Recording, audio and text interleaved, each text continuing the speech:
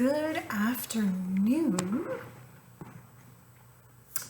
It is Monday, April 24th, and I am recording this video as bonus content for people who are in the Transforming Pain to Power program. Excuse me.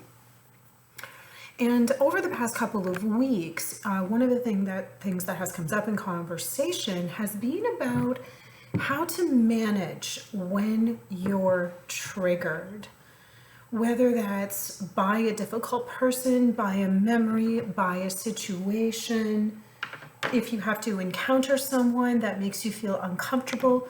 Excuse me, there are a variety of ways in which you may be triggered. And triggered means that something that someone does or says or some sort of memory elicits a response in you that doesn't feel entirely in your control or that isn't voluntary.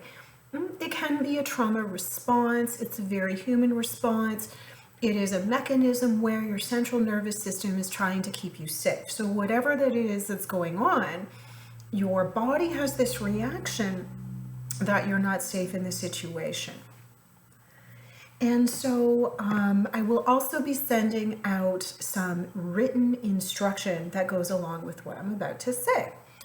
So if you are upset, activated, triggered, if there's any kind of like disturbance in your peace of mind, the first step, of course, I'm sorry, I don't know what's going on here, is self-inquiry, right? This is something most of you have been familiar with, checking in with yourself. What was the moment that triggered you? What was the word? Maybe it was body language, maybe it was tone. What old wound is being activated?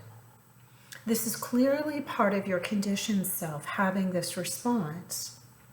So why? It is there to keep you safe, absolutely. But let's think about moving through that conditioned response and into your authentic self, right? By imagining what a kind, wise adult, older version of you might say. And by being compassionate toward this. Don't be hard on yourself because you've had this response. Now, before or after that step, I would invite you to either stand tall or seated. Really feel your feet connecting to the floor beneath you, as though they're growing roots and connecting to the earth. Breathing in, have an awareness of that connectedness. And as you breathe out, just let yourself settle into your stance or into the chair, allowing your physical body to be the anchor into the now, into the moment you're in. Because when you're triggered, you're moved outside of that. So staying in this moment, breathing in a kind, gentle awareness of what you're feeling. And as you breathe out, just notice if you're holding any upset in your body and letting that open and soften. Breathing in again, connecting to the earth beneath you. Breathing out, releasing any of that tension, just releasing it. Breathing in, an awareness of simply being in this moment. And on an out breath, just bring awareness into the area of your heart. Just imagining a warm white light there. And again, staying with that breathing rhythm. If you have any anxiety that goes along with that experience or feelings of panic, I recommend breathing in for the count of 5, holding at the top, and out for a count of 7. And staying with that rhythm of breathing until you feel yourself going back to baseline. So until you feel yourself coming into a feeling of groundedness. Okay, one more nice deep breath in and then out.